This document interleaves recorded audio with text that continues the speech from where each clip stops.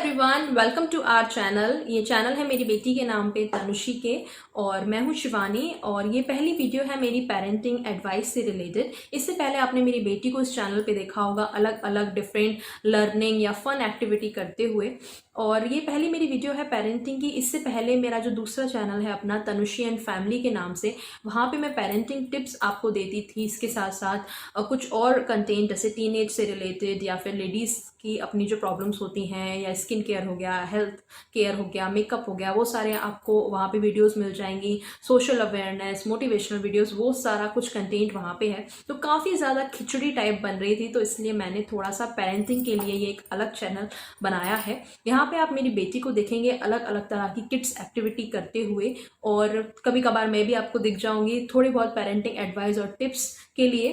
तो चैनल को सपोर्ट कीजिएगा भरपूर। जितने भी सारे पेरेंट्स हैं उनके साथ ज़रूर शेयर कीजिएगा इस वीडियो को और हमारे चैनल को, उनको भी यहाँ जोड़िएगा।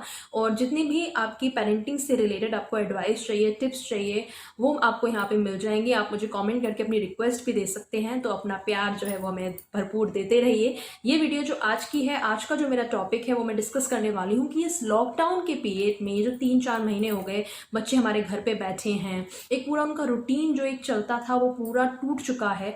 और इस टाइम तक आते आते अब बच्चे इतना ज़्यादा इरिटेट और फ्रस्ट्रेट होने लगे हैं। तो कैसे उन्हें घर में हम ट्रीट किया जाए, उनका माइंड कैसे कूल ऑफ किया जाए, और उनके साथ साथ अपना भी कैसे किया जाए। बिकॉज जब हमारे बच्चे परेशान होते हैं, इरिटेट होते हैं हो रहे होते हैं, तो हम भी उनके साथ साथ थोड़ा सा इरिटेट हो जाते हैं। उनको कभी डांट देते हैं, कभी उनको गलत तरह से ट्रीट करते हैं, जिसका हमें बाद में रिग्रेट होता है कि हमें ऐसा नहीं करना चाहिए। पर हमें एक्चुअल में चाहिए होती है थोड़ी सी गाइडेंस कि कोई और पेरेंट्स से हम बात कर सकें, वो क्या कर रहे हैं। तो इससे रिलेटेड मेरे पास थोड़ी बहुत रिक्वेस्ट आई हैं। 2-3 लोगों ने मुझे बोला कि मैं कैसे इस पूरे टाइम में अपनी बेटी के साथ कैसे मैनेज कर रही हूँ।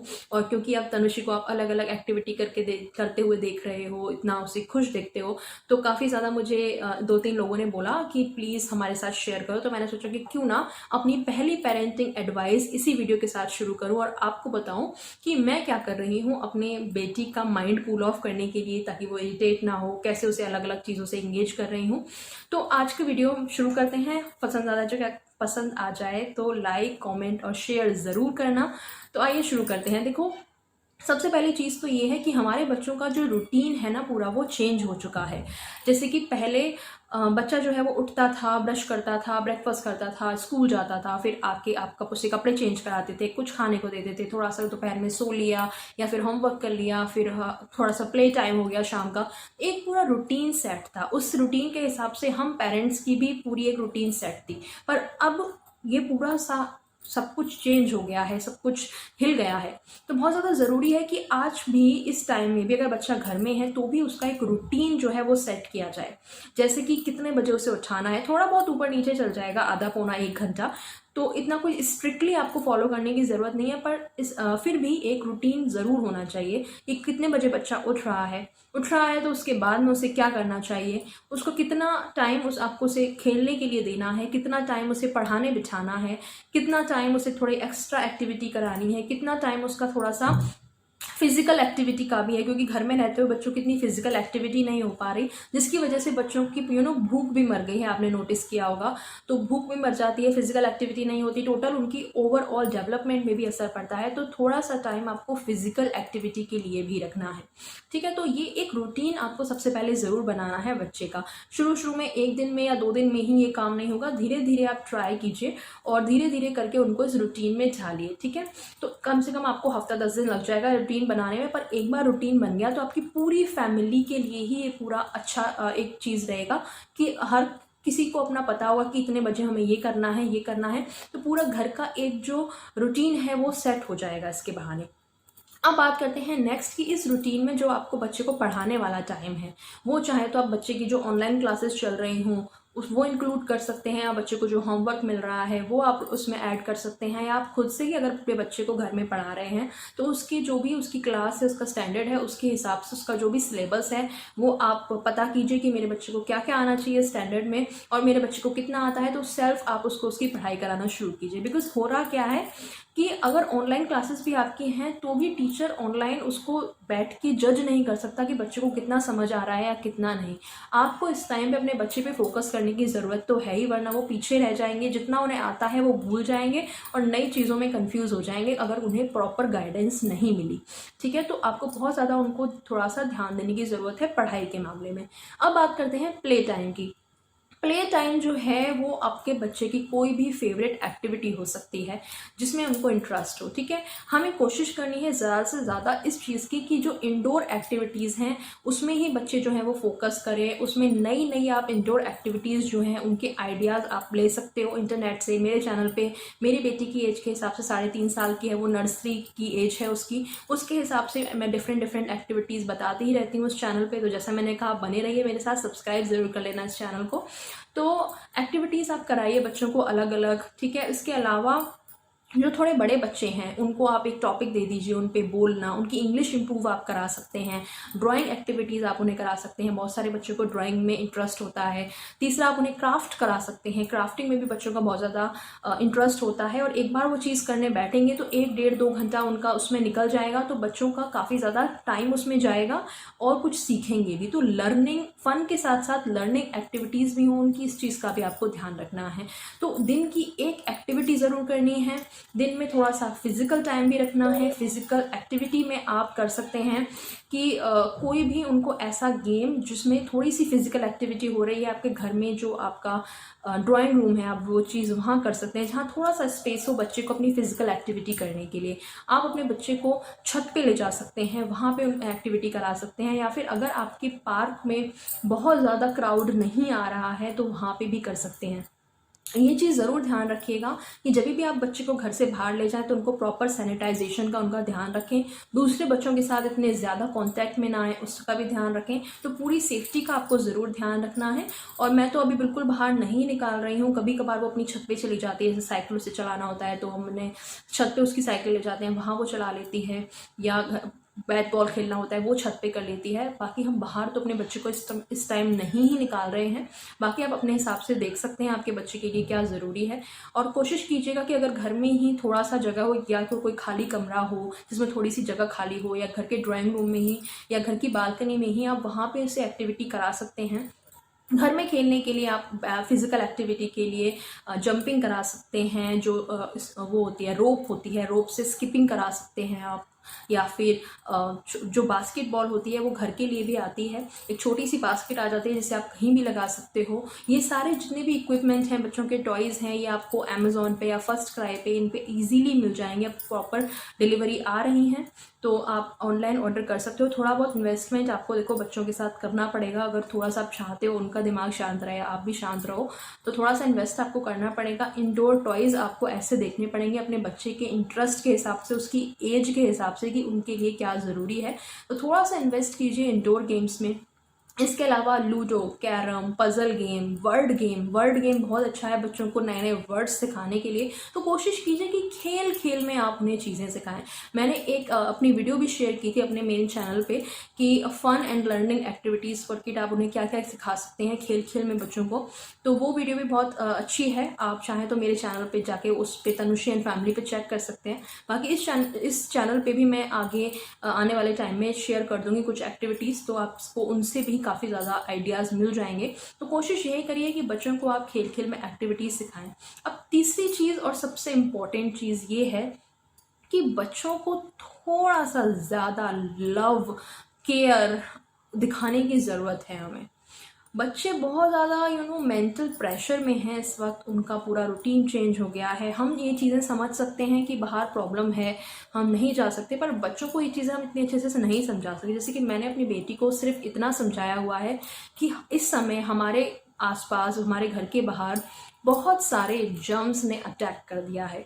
अगर हम बाहर जाएंगे जर्म्स हम पे अटैक कर देंगे, और जर्म्स हम पे अटैक करेंगे तो हम बीमार पड़ जाएंगे। बीमार जब हम पड़ जाएंगे तो हमें डॉक्टर के पास जाना पड़ेगा, डॉक्टर हमें दवाइयाँ देगा कड़वी कड़वी, डॉक्टर हमें सुई लगाएगा तो हमारे लिए प्रॉब्लम हो जाएगी। इसलिए बहुत ज़्यादा ज़रूरी है कि हम घर पे ही रहें। इस तरह से मैंने उसे थोड़ा सा स्टोरी बना के प्रॉब्लम को समझाने की कोशिश की। थोड़े अगर आपके बड़े बच्चे हैं तो आप उन्हें और अच्छे से इस प्रॉब्लम को समझा सकते हो। बच्चों को चीज़ें पता होंगी, रीज़न पता होंगे कि मैं क्यों बाहर नहीं जा पा रहा हूँ, तो वो थोड़ा सा समझेंगे। हालांकि 3 साढ़े 3 साल का बच्चा इतना बड़ा नहीं होता, पर फिर भी बहुत अच्छे से मेरी बेटी इस चीज़ को अब समझ चुकी है कि बाहर जब तक जर्म्स ख़त्म नहीं होते तब तक हमें घर में रहना है, तब तक मेरे स्कूल बंद रहेंगे, तब तक मैं अपने फ्रेंड से नहीं मिल सकती। मुझे सिर्फ और सिर्फ घर में रहकर ही एक्टिविटीज़ करनी है। हम बाहर भी जाते हैं तो भी उसे बोल के जाते हैं, और वो बिल्कुल नहीं रोती, ज़िद नहीं करती बाहर जाने के लिए। हम उसे समझा के जाते हैं कि क्यों बाहर जर्म्स हैं, और हम फटाफट जाएंगे और मास्क वगैरह लगा के जाएंगे, और आपके लिए जो भी आपको चाहिए, चाहे वो कलर का सामान हो, क्राफ्ट का सामान हो, या फिर घर में कुछ खाने पीने की चीज़ हो, हम लेकर आएंगे। तो वो ये चीज़ें समझती है। अब इसमें मुझे बहुत सारे लोग बोल रहे थे कि आपकी बेटी समझती है, या आपकी तो लड़की है, लड़कियां थोड़ी सी समझदार होती हैं, पर लड़के इस चीज़ को नहीं मानते। तो ऐसा कुछ नहीं होता। हर किसी बच्चे की साइकोलॉजी अलग होती है, मैं मानती हूँ। हर कोई बच्चा अलग होता है एक दूसरे से, मैं मानती हूँ। पर ये टोटल एंड टोटल पेरेंट्स पे डिपेंड करता है। स्पेशली मैं ये थोड़ा सा बात बोलना चाहूँगी कि माँ पे डिपेंड करता है। फादर के साथ फिर भी बच्चा इतना ज़्यादा कनेक्ट नहीं हो पाता। फादर घर से बाहर भी जाते हैं, और वैसे ही एक माँ के साथ तो एक अलग ही बॉन्ड होता है बच्चे का। तो जितना आप एज अ मदर अपने बच्चे को चीज़ें समझा सकती हैं, कोशिश तो करो ना यार। आप खुद से ही हार मान लोगे कि अरे तुम्हारा बच्चा तो समझ लेता है, मेरा तो समझता ही नहीं है, अरे हमारा बच्चा तो छोटा है, अभी वो समझने की उसकी एज ही नहीं है। बच्चा 1 साल की एज से ही चीज़ें समझना शुरू कर देता है। हाँ, वो ये है कि वापस से बोल नहीं पाएगा, पर समझता सब कुछ है। आप एक बार ट्राई तो करो, और एक बार ही ट्राई नहीं, आपको बार बार चीज़ें ट्राई करनी है। आप अभी से ही हार मान लोगे तो आगे बड़े चल के तो बच्चे वैसे ही बात नहीं मानते। जितना हो सके उन्हें बचपन से 1 डेढ़ 2 साल की एज से ही उन्हें चीज़ें समझाना सिखाना, उन्हें बड़ों की तरह ट्रीट करो। बच्चों की सबसे ज़्यादा प्रॉब्लम हम यही हो जाती है कि हम उन्हें बच्चे जैसे ट्रीट करते हैं। हम समझते हैं कि इन्हें कुछ पता ही नहीं है, इन्हें कुछ समझ ही नहीं आएगा, इन्हें क्या पता कि बड़ों बड़ों की हमारी लाइफ में क्या चल रहा है। आप एक बार उनसे डिस्कस तो करके देखो। मैंने शुरू से ही इस चीज़ पे ध्यान दिया। इवन जब वो छोटी सी थी ना, मेरी गोद में 6 7 महीने की, तब से ही मैं उससे बातें करती थी। चाहे वो समझ रही है या नहीं समझ रही है, आपको ट्राई करते रहना है उन्हें चीज़ें समझाने की। प्रॉब्लम्स आप डिस्कस करो अपनी चीज़ों की, उन्हें रीज़न दो। जब हम बच्चे को सीधा चीज़ों के लिए मना कर देते हैं ना कि नहीं आपको ये काम नहीं करना है, आपको बाहर नहीं जाना है, आप बाहर खेलने नहीं जा सकते, वो बच्चा फ्रस्ट्रेट होगा ही। आप उसे रीज़न दो, आप उसे चीज़ें समझाओ, तो वो समझने की कोशिश भी करेगा। आप मन में ही सोच रहे यार इसे क्या पता, मैं इसे क्या बताऊं, बाहर कोरोना फैला हुआ है, या बाहर बिल्कुल हमारी जाएंगे तो जान के ऊपर खतरा है, ये कैसे समझेगा छोटा सा बच्चा। आप उसे समझाने की कोशिश तो करो। जैसा मैंने आपको कहा, पूरा सब कुछ आपको इतना बड़े बड़े टर्म्स, कोरोना, ये वो वायरस, ये सब समझाने की जरूरत नहीं है। पर बेसिक सी भाषा में आप इतना जरूर समझा सकते हैं कि बाहर खतरा है जाना, हमें प्रिकॉशंस लेनी पड़ेंगी। वो खुद मुझे आके बोलती है हाथ गंदे हो जाते तो मेरे हाथ सैनिटाइज करा दो, मुझे हैंड वॉश करा दो। इतना उसको चीज़ों की नॉलेज है। तो इसमें ऐसा नहीं है कि मेरी बेटी पैदा ही समझदार हुई थी, या और कोई बच्चों से तो वो बिल्कुल अलग है, स्पेशल है, इसलिए उसको चीज़ें पता है। उसको चीज़ें इसलिए पता है क्योंकि हमने उस चीज़ों पे ध्यान दिया है, हमने उसे समझाया है। मेरी बेटी हो सकता है मेरे दूसरे उसकी जो क्लास के बच्चे हैं उनसे पढ़ाई में थोड़ा बहुत पीछे हो, लिखने में, राइटिंग में वो थोड़ी स्लो है, पर जब बात आती है थिंकिंग की और जो जीके की, या फिर जहाँ पे दिमाग लगाना है, उसमें उसका दिमाग बहुत तेज़ है। तो हम उसको किताबी कीड़ा नहीं बनाते, हम उसको जिस चीज़ में उसका इंटरेस्ट है हम कोशिश करते हैं कि वो उस पर ही ध्यान दे। जितना उसकी आसपास की नॉलेज, रीजनिंग, ये सारी चीज़ें बढ़ेंगी उतना ही उसके लिए ज़्यादा अच्छा है। राइटिंग में थोड़ा बहुत स्लो है, कोई बात नहीं, कर लेगी। ठीक है, तो आप देखिए आपके बच्चे की स्ट्रेंथ कहाँ है, उस पर काम कीजिए। वीकनेस भी आपको पता होनी चाहिए, धीरे धीरे करके उस वीकनेस को भी स्ट्रेंथ में आपको कन्वर्ट करना है। पर आपके बच्चे का जो स्ट्रॉन्ग पॉइंट है उसे भी और ज़्यादा स्ट्रॉन्ग करने की कोशिश करनी चाहिए। ठीक है, बच्चे को समझने की कोशिश करो और उसे अपनी बात समझाने की कोशिश करो। कम्युनिकेशन, ये सिर्फ एक दो बड़े लोगों के बीच ही ज़रूरी नहीं है। सबसे ज़्यादा जो कहते हैं ना जनरेशन गैप, ये जनरेशन गैप तभी आता है जब हम अपने बच्चों के साथ चीज़ें डिस्कस नहीं करते, कम्युनिकेशन बिल्डअप नहीं करते। हम उन्हें ऐसा छोटा ट्रीट करते हैं और सोचते हैं कि इन्हें कुछ चीज़ समझ ही नहीं आएगी। और छोटे बच्चों को ऐसा लगता है कि मेरे पेरेंट्स मुझे कुछ बताते ही नहीं हैं, मुझ पर बॉसी होते हैं, मुझसे बस चीज़ें करने नहीं देते हैं। तो अगर आप अपने बच्चों को हमेशा ऐसे ही ट्रीट करते रहिए, छोटा है छोटा है छोटा है, तो वो कभी बड़े हो ही नहीं पाएंगे। उन्हें प्रॉब्लम को बताइए कि क्या प्रॉब्लम चल रही है, और उन्हें खुद से डिसीजन लेने दीजिए। ठीक है। तो इस चीज़ में मैं आपको यही बोलूँगी कि जितना हो सके बच्चे से बात करिए, उसको प्रॉब्लम आप समझाइए, ये चीज़ आप नहीं, और उनको किसी चीज़ के लिए मना कर रहे हैं तो क्यों मना कर रहे हैं, या कोई चीज़ उनके लिए ज़रूरी है तो वो क्यों ज़रूरी है। कम्युनिकेशन बिल्डअप करना बहुत ज़्यादा ज़रूरी है। इसके अलावा आप बच्चे को पूरी तरह से ये चीज़ें बताओ कि आप बहुत ज़्यादा बच्चे से कितने कनेक्ट हो, आप उससे कितना प्यार करते हो, थोड़ा सा लव केयर। हम अंदर ही अंदर अपने बच्चों से बहुत प्यार करते हैं, पर हम उन्हें बोलते कितना है। दिन में मैं कम से कम 5 से 10 बार अपनी बेटी को बोलती हूँ, baby I love you, baby I love you, baby good morning. वो मुझे कुछ चीज़ देती है, बेबी थैंक यू। जब सो रही होती है, baby good night, baby have a sweet dream. ये छोटे छोटे से जेस्चर हैं जो हम बच्चों को बोलना ज़रूरी है। हम बच्चों को ही नहीं, इवन हर किसी रिलेशनशिप में आप चीज़ें जब तक बोलेंगे नहीं, सामने वाले को कैसे पता चलेगा। हम अपने बच्चों से बहुत प्यार करते हैं, हमारे लिए वो प्रेशियस है, हमारी सबसे बड़ी प्रायोरिटी है, पर उन्हें बोल के थोड़ा सा प्यार जताना भी ज़रूरी है। ठीक है, तो अपने बच्चों को बोलो आई लव यू, उनको बोलो मैं तुम्हें प्यार करती हूँ। उनके साथ एक बॉन्ड आपका जो बनेगा ना उस प्यार से, वो अलग ही होगा। मैं दिन में कम से कम उसे 5 से 10 बार ज़रूर हग करके बैठती हूँ, बेबी जस्ट गिव मी हग। वो बस खेल रही होती है, मैं उसे देख रही होती हूँ, सब कुछ है ठीक है, और एकदम से ही मन में आते रहती हूँ, बेबी गिव मी अ हग, बेबी गिव मी अ किस, बेबी आई लव यू। तो इससे बहुत आपका बच्चे का और आपका बॉन्ड बनता है। जितना ही फिजिकल जो टच होता है ना, जब पेट में बच्चा होता है माँ के, तो वो अपने बोलता नहीं है, समझता नहीं है, पर एक फिजिकली आपस में दोनों कनेक्ट होते हैं तो एक बॉन्ड बनता है। वैसे ही जब बच्चा थोड़ा थोड़ा बड़ा होता जाता है, फिर जब ब्रेस्ट फीड करता है बच्चा, मदर फीड करता है, तो थोड़ा सा उसका साथ माँ के साथ एक स्पेशल बॉन्ड होता है कि मदर से वो फिजिकली कनेक्ट होता है कहीं ना कहीं।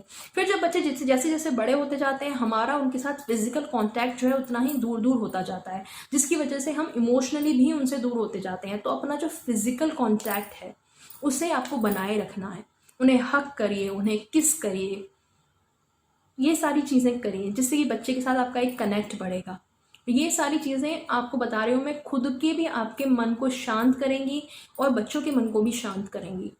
जो इरिटेशन फ्रस्ट्रेशन होती है ना, जस्ट एक हक करो। कभी भी आपको बच्चे पे बहुत ज़्यादा गुस्सा आ रहा हो, उसने कुछ काम खराब कर दिया हो, आपकी बात नहीं सुन रहा हो, बहुत परेशान कर रहा हो, सब कुछ भुला के एक लंबी गहरी सांस लो और अपने बच्चे को जाके हक कर दो। ढेर सारी किसेस की बरसात कर दो। मैं और मेरे हस्बैंड तो कितनी बार होता है अपनी बेटी पे किस अटैक कर देते हैं, बेबी हम आप पे किस अटैक कर रहे हैं, और उसको ढेर सारी किसेस हम करते हैं। और एक इतना अच्छा लगता है कि एक जो माहौल है वो इतना लाइट हो जाता है। तो ये सारी चीज़ें आप प्लीज़ करके देखिए। आई होप इससे आपको बहुत ज़्यादा हेल्प मिलेगी। जैसा मैंने आपको कहा, बच्चों के लिए कुछ ना कुछ रोज़ नया करते रहिए, उनको ट्रीट थोड़ी सी देते रहिए, कुछ उनके लिए नया बना दीजिए उनकी पसंद का, कुछ उनको नया, कुछ खेल नया सिखा दीजिए, कुछ उनके साथ बच्चे बन जाइए कभी। तो नई नई चीज़ें उन्हें कराते रहिए। उनको अपना प्यार और केयर दिखाना मत भूलिए। आप अंदर से करते हैं, आई नो हर कोई करता है अपने बच्चों के लिए, पर कभी कभी उनको बताना जताना ज़रूरी होता है। एक बहुत ही अच्छा बॉन्ड बनता है इससे। तो ट्राई करना, ये टिप्स कितने काम करें आपके लिए मुझे ज़रूर बताना कमेंट सेक्शन में कमेंट करके। और कोई भी ऐसा टॉपिक जिसके ऊपर आप चाहते हो मैं आपको गाइडेंस दूं या उसके बारे में बात करूं, मुझे वो भी बताना कमेंट करके। और जैसा कहा मैंने आपको, चैनल को प्लीज़ ज़रूर ज़रूर सपोर्ट करिए और लाइक कमेंट शेयर करते रहिए। चैनल को सब्सक्राइब भी ज़रूर कर लेना। आज के लिए इतना ही, मैं चलती हूँ, मिलूंगी आपसे अगले वीडियो में। Bye bye, take care.